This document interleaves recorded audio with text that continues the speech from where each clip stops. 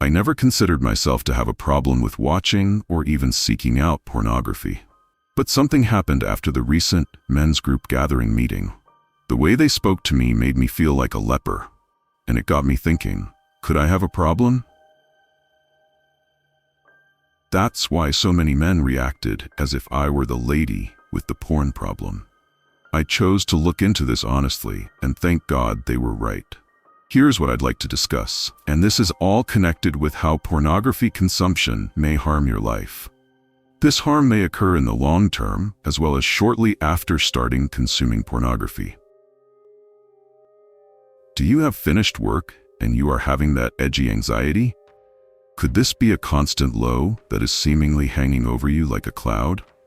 Perhaps on the inside, you might be fully aware that your porn is not healthy, but your brain will not let you desist from it.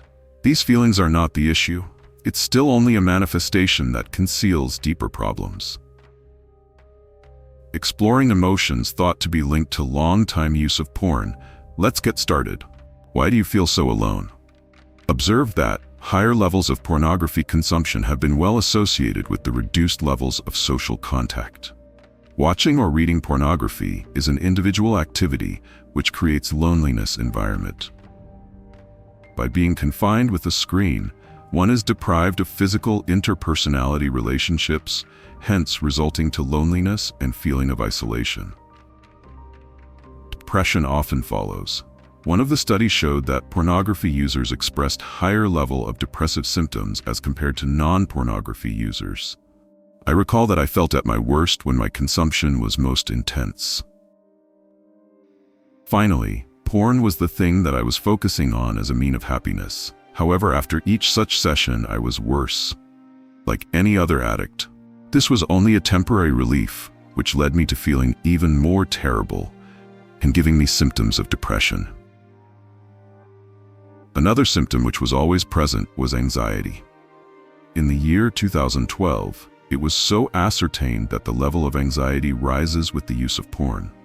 It is easier to get trapped into the cycle where you have anxiety, through which other emotions are hidden from you. Now I want to turn away from discussion of the road of slavery and focus on the road to emancipation. It's not about pornography. No, it's what lies beneath.